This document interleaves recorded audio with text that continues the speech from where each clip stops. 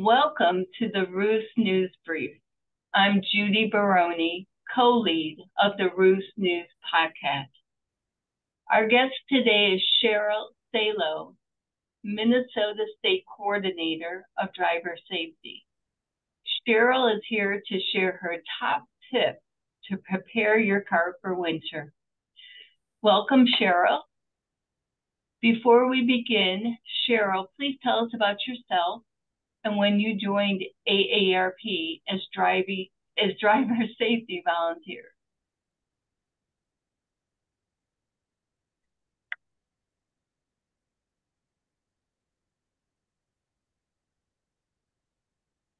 Thank you, Judee, for inviting me today.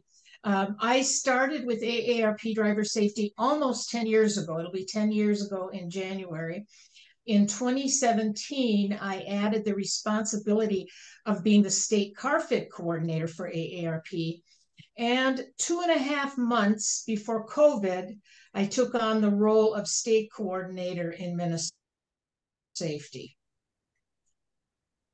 Excellent. So it's been very active for me. That's great. That's great to know. So Cheryl, I always tell people I'm in Chicago, and my little blue machine, as I call it, is outside 24/7, which makes it especially difficult for me when it snows with that 30-mile-per-hour wind chill. So please tell us your top tips to prepare your car for winter. I would say the first thing to do is make sure that you have a shovel and a snow scraper in your car. And at least in Minnesota, we can get snow at any time of the year. So make sure that you do have those equipped with things like that. I have some hints from a mechanic in Warroad, Minnesota. And you may know that Warroad is as far north in Minnesota as you can go before hitting the Canadian border. And this mechanic says that you should get a new battery, you should get an oil change, and in that part of the state, they're still recommending that you get an engine block heater because it gets very cold up there. I know some years ago, living in the metro area of Minneapolis and St. Paul, when I had to have my car parked outside day and night, I had an engine block heater, so it was sure that my vehicle would start. And I really am glad that I did that. Nowadays, cars are a little bit different. They don't need to be heated for a long period of time and that kind of thing. So in a little bit more moderate climate, you may not need to do that. One of the other things that's important is to make sure that you've got good tires. Mm-hmm. If you have tires that have no tread on them, you're not going to go anywhere. You're just going to continue to spin. Some of the other things that you may want to do is carry a survival kit with you. And again, I would say that's particularly important in rural areas or if you're going to be doing some distance driving.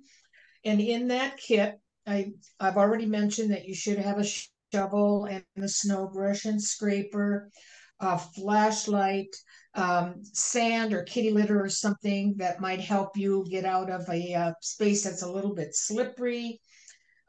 Maybe an extra jacket or coat, mittens, hats, blanket or sleeping bag. Make sure you've got water, energy drinks, that sort of thing. Jumper cables might be important. Again, if you are stuck outside and your battery doesn't want to cooperate with you, that sort of thing. Chains are still permitted in Minnesota on vehicles. Depending upon the road conditions. However, studded tires are out. They are illegal in Minnesota. It's still recommended that, again, primarily in rural areas, that you perhaps drive with winter tires. In the old days, we used to call them snow tires. But these days, they've changed it a little bit. And what is a winter tire? It's really it helps with the traction. The tires are designed in such a way as that they bite into the snow a bit more, so Right. that they work better for you. Um, what should you do if you do become stranded in bad weather? Is stay calm, of course. Turn on your hazard lights. If you've got some kind of a red flag or something that you can attach to your vehicle, particularly in blizzard conditions, again, have the coats and jackets and blankets. Run your engine periodically. Don't keep it running all the time, of course.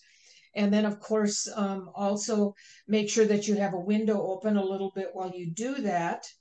And those are all some of the really important things. Something that I think, make sure that you charge your cell phone, certainly before you head off, or carry a charger with you. My dad always said, never let your gas tank go below half. And to this day, I still remember that, even when I'm driving in summer weather, because he was grew up in northern Minnesota and so on. So, and make sure that you clear the snow and ice away from all over your vehicle, not just that little patch that you look through, but all over your vehicle, including the hood, the trunk, the roof, back window, all of that kind of thing to help you. And then, of course, be very aware of the snow plows. Keep your distance from the snow plows when you're out. And that's even in the metro area, as well as in the rural areas, because those plow drivers can't see anything except looking straight ahead. So you have to be very vigilant for what they are doing and when they're doing it. And I would say, just in general, be very careful. Take extra few minutes. I believe that in the metro area tomorrow, we're going to have a couple of inches of snow for the first time this year. And I'm sure that the news reports are going to be talking about all the fender benders, because everybody has to get used to driving all over again. So Exactly. for the most part, just be very safe. Keep your distance from the vehicles in front of you. And I think that you can continue to drive safely and easily through winter weather. Those are excellent tips. And even though I am in Chicago proper, a lot of those tips that you shared, I do some of them, but I've learned more. So I really appreciate that. And I know everyone listening appreciates all those great tips. And thank you again for joining us. Thank you for taking the time to share with us this informative information. And for those of you out there, thank you for joining us today.